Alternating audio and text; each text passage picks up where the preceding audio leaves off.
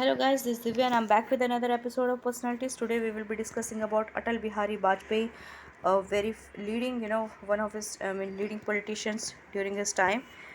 So with this, I would like to request you to subscribe our channel if you haven't yet. Also, please press the bell notification so that you never miss an update. So Atal Bihari Vajpayee was born into a Hindu family on 25th December 1924 in Gwalior, which is in Madhya Pradesh. His mother was Krishna Devi and his father was Krishna Bihari Vajpayee. His father was a school teacher in their hometown. He did his schooling at the Saraswati Shishu Mandir in Gwalior, and in 1934 he was admitted to Anglo Vernacular Middle School in Barnagar, which is in Ujjain district of obviously Madhya Pradesh, after his father joined as the headmaster. He subsequently attended Gwalior's Victoria College in Agra University, and he graduated with a bachelor degree in Hindi, English and Sanskrit. He completed his post-graduation with a Master of Arts in Political Science from DAV College, Kanpur, Agra University. Then his activism started in Gwalior with Arya Samaj Sabha, Arya Kumar Sabha, the youth wing of Arya Samaj movement, of which he became the General Secretary in the year 1944. And subsequently he joined the RSS Rashtriya Swayam Sevak Sangh in 1939 as Swayam Sevak or volunteer, and he gave up studying law due to the partition riots. By the year 1942, at the age of 16, he became an active member of the RSS. Then, in 1951, he was seconded by the RSS along with Deen Dayal Upadhyay to work for the newly formed Bharatiya Jansangh. It was a Hindu right-wing political party associated with the RSS, and he was appointed as the national secretary of the party in charge of the northern region that is based in Delhi. In the year 1957, in general elections, he contested elections to the Lok Sabha, and Lok Sabha, as we know, is the lower house of the Indian Parliament. So in the year 1957, he started, he was into active politics, but he lost to the Raja Mahendra Pratap in Mathura, but he was elected from Balrampur constituency. Then in Lok Sabha, because of his oratorial skills, I mean he was a very good orator. Pandit Jawaharlal Nehru was so impressed that he predicted that someday Atal Bihari Vajpayee will become the Prime Minister of India. And after the death of Deen Dayal Upadhyay, the leadership of the Jansangh obviously passed to him because he was second to him. Then he became the national president of the Jansangh in 1968, and running the party along with with the support of obviously Nanaji Deshmukh, Balraj, Madhok and Alke Advani. These were these were the prominent names that time of Jansangh. Then Janta and the BJP. So as you know, there was emergency declared by then Prime Minister Indira Gandhi, and she had arrested so many of the opposition leaders. They were put to jail. Any voice of dissent was crushed. So Vajpayee, he was arrested along with other opposition leaders, and it was declared on the internal grounds.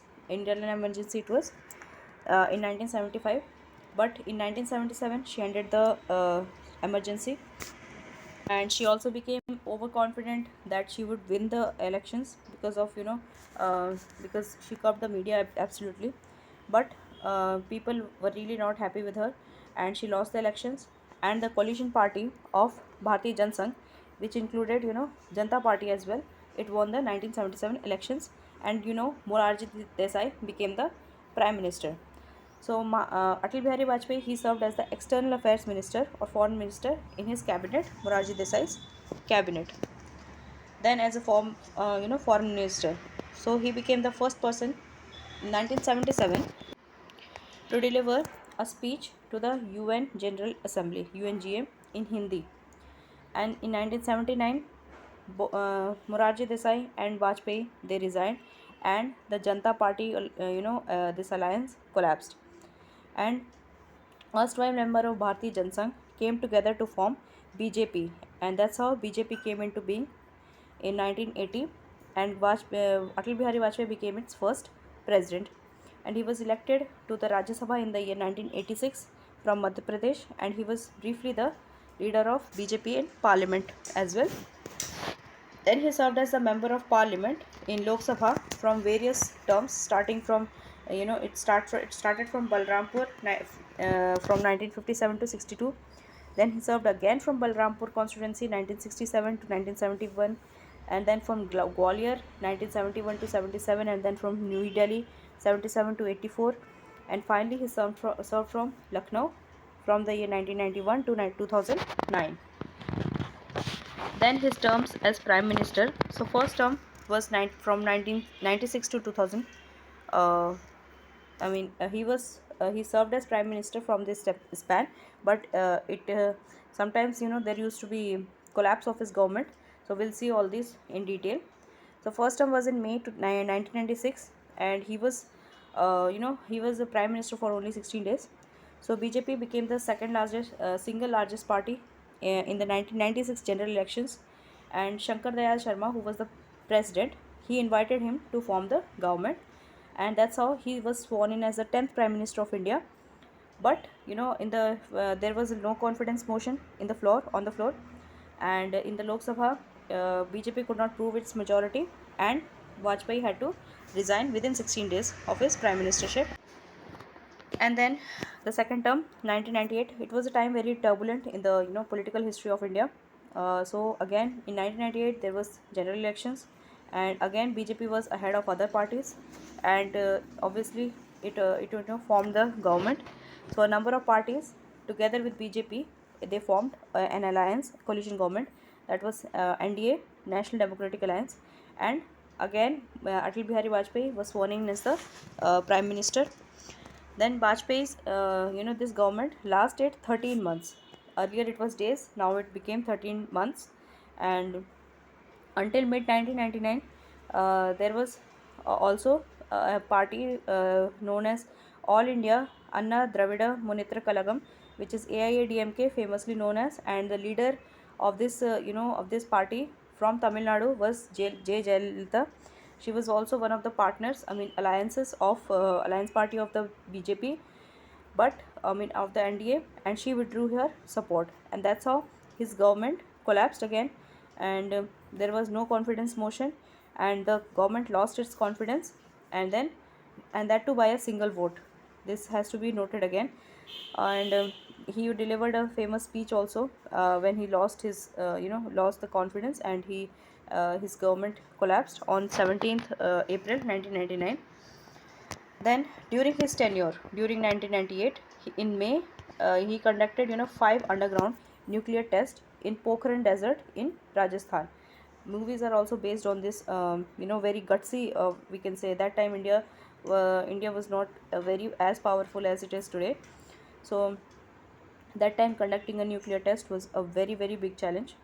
So some nations like France, they endorsed India's right to defensive nuclear power, but the states like earlier United States, US, Canada, Japan, Britain, and even European Union, they imposed sanctions on information sources and information resources and technology to India. So India faced lot of resistance, and days after India tested nuclear weapon, Pakistan had also tested its nuclear test, and it said that it is successful. So that's why there were sanctions on both India and Pakistan as well. But then there was Lahore Summit. So with the historic inauguration, so there were also peace talks initiated by his government. So there was historic inauguration of Delhi Lahore bus service in February 1999. It was initiated by Atal Bihari Vajpayee. A new peace process, it was aimed towards permanently resolving the Kashmir dispute and other conflicts as well with Pakistan. And then the resultant, this Lahore Declaration espoused commitment to dialogue, then expanded trade relations, mutual friendship, and envisaged a goal of denuclearization of South Asia. But then every time there was peace talk, there are some terrorist activities. So then there was Kargil War in May 1999. May 99, some Kashmiri shepherds discovered the presence of militants and non-uniformed Pakistani soldiers, and many of the many with the official identification cards as well of the Pakistan Army's custom weaponry in the Kashmir Valley, where they had taken control of the hilltops and unmanned border posts. So it was noticed by the local Kashmiris. Then there was incursion and was centered around the town of Kargil, but it also included Batalik and Akhnur sectors and artillery exchanges at the Siachen Glacier as well. So they were trying to capture the whole Siachen and even Leh area, right? So in India, so the Indian Army responded with Operation Vijay, which it launched on 26th May 1999, and India pushed back the Pakistani militants and Northern Light Infantry soldiers. Almost 70% of the territory was recaptured by India. And then Vajpayee, right? Atal Bihari Vajpayee, he had sent a secret letter to the U.S. President, Bill Clinton, that if Pakistani infiltrators did not withdraw from India or Indian territory, we will get them out one way or the other. Meaning, he did not rule out the crossing the LOC, or the use of nuclear weapon. See, India that time wasn't as powerful as it is today. We know that, on especially on the international front, and many countries were actually hostile to India's interest, and LOC was actually the cause of when Jawaharlal Nehru took this Kashmir issue to the UN, and there was a LOC line drawn, and the act of terrorism by Pakistan weren't taken as seriously as it is taken today by international forums and other big countries like America and all, unless 9/11 happened, and uh, then this Mumbai bomb blast happened. Terrorism was not actually taken very seriously. So after Pakistan suffered heavy losses, uh, and with both the United States and China then refused to condone the incursion or threaten India to stop its military operation. General Pervez Musharraf, who had assumed the all the power uh, in Pakistan. There we know, I mean, you should be knowing that most of the time Pakistan was actually under military rule. So their army is actually very powerful there. It's not like India. The establishment is very different in Pakistan. So he recalcitrate, and Nawaz Sharif asked the remaining militants to actually stop and withdraw to the positions along LOC. And then Indian army obviously killed all the militants and forced them to withdraw from the areas which had been captured. And later they had to withdraw, and officially it was declared by General Pervez Musharraf that they are withdrawing. Then the third term, which started from 1999 to 2004. Then in the year 1999, again general elections held, and after the Kargil operations, then BJP led NDA government, it won massive victory. It had seen massive victory. It won 303 seats out of 543 seats in Lok Sabha, and it was again stable. It attained stable majority, and this time it was a very strong government. On 13th October 1999, Atal Bihari Vajpayee took oath as Prime Minister for the third time. But then there was a national crisis emerged in the year 1999 month December, when Indian Airlines flight IC 814 from Kathmandu, Nepal to New Delhi, it was hijacked by 5 terrorists, and it was flown to Taliban ruled Afghanistan. The hijackers, they made several demands, and one of the demands included a certain terrorist like Masood Azhar. He should be released from the prison, and we know Masood Azhar still he's carrying out all the acts of terrorism against India, and because of this pressure, government ultimately they have to give in to the demands of the terrorists, and Masood Azhar was released along with other terrorists. Then Jaswant Singh, who was the external affairs ministers that time, he flew to the terrorists to Afghanistan, and he exchanged those terrorists to the for the passengers. and the passengers were returned safely. Then Bill Clinton's visit to India. So in March 2000, Bill Clinton, the president of United States, paid a visit, to India, and then Clinton, his visit was actually hailed as a significant milestone in the relations between the two nations, that is US and India.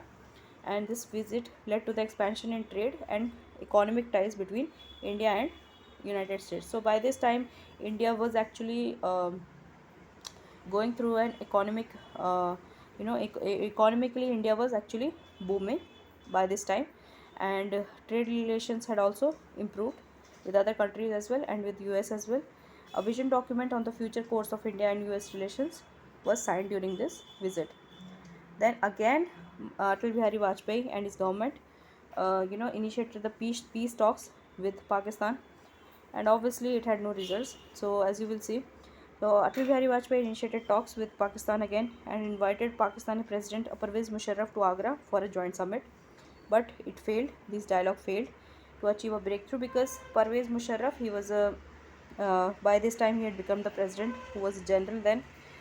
Then he became the president, and he declined, to keep aside the issue of Kashmir. So they are non-compromising on Kashmir, but what stand you should have is, as Indians, that whole Kashmir, including the POK, belongs to India and not Pakistan. Pakistan has no say in it. Then on 2001, attack on Parliament. So on 13 December 2001, a group of masked armed men with fake IDs stormed Parliament House in Delhi, and the terrorists, they managed to kill several bodyguards, but the building was sealed off swiftly, and security forces, they cornered and killed the men who were later proven to be Pakistani terrorists. And the same, modus operandi was used in the 26/11 Mumbai bomb blast as well, right? Mumbai terrorist attack as well. The fake IDs were issued to them, and they were they were made to look like Indian citizens, but they were not. They were actually Pakistani officials, and one of them was, held alive, Ajmal Kasab, who was later executed. Then the Vajpayee administration, he brought in the Prevention of Terrorism Act in 2002 to deal with obviously this to curb terrorist threats, and India that time faced so many terrorist attacks, right? There every now and then there used to be terrorist attack, and in the year 2001 there was one attack in the US as well, and then that was the time when, world actually took terrorism seriously. So the act was aimed at curbing terrorism, right, threats by strengthening the power of government authorities to investigate and act against suspects, and it was passed in a joint session of the parliament. Then his policies, his government's policies, they introduced many domestic economic and infrastructural reforms. It encouraged the private sector and foreign investments, so the economy started catching up, and it reduced the governmental wastage as well. It encouraged research and development, privatization of some of the government owned corporations. So among Vajpayee's, projects, the famous were, National Highway Development Project and Pradhan Mantri Gram Sadak Yojana. In the year 2001, his government launched the Sarv Shiksha Abhiyan campaign aimed at improving the quality of education in primary and secondary schools. Then in the year 2004, again there were general elections. It had completed this time. Vajpayee government had completed its full term, and then even in the election 2014 general election, it was expected that because of all this progress and all happening happened during his tenure, NDA will come to the power, and the 13th Lok Sabha was, because of this confidence, it was dissolved earlier before its completion, but um, it didn't happen. Under the, even there was a campaign called India Shining. This was also well, you can say well, it was so well, it was campaigned, but the BJP government could only win 138 seats out of the 543 seats, and NDA also together it managed to win only 185 seats, something like that, 185, right? So they were not anywhere near the majority mark. Then Indian National Congress, under the leadership of Sonia Gandhi, they emerged as the single largest party. They won 145 seats in the elections, and then Vajpayee, Atal Bihari Vajpayee had to resign as Prime Minister, and this ended his term as prime ministership. Then in December 2005, he announced his retirement from active politics. He declared that he would not contest in the next elections. And in a famous statement at the BJP's Silver Jubilee rally at Mumbai Shivaji Park, he announced that henceforth Lal Krishna Advani and Pramod Mahajan will be the Ram Lakshman of the BJP. And you should know that Pramod Mahajan had also died an untimely death.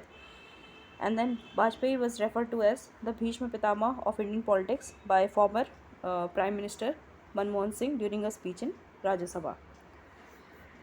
His personal life, if we have to talk about, Atal Bihari Vajpayee remained a bachelor for his life, for his entire life. He adopted and raised Namita Bhattacharya as his own daughter.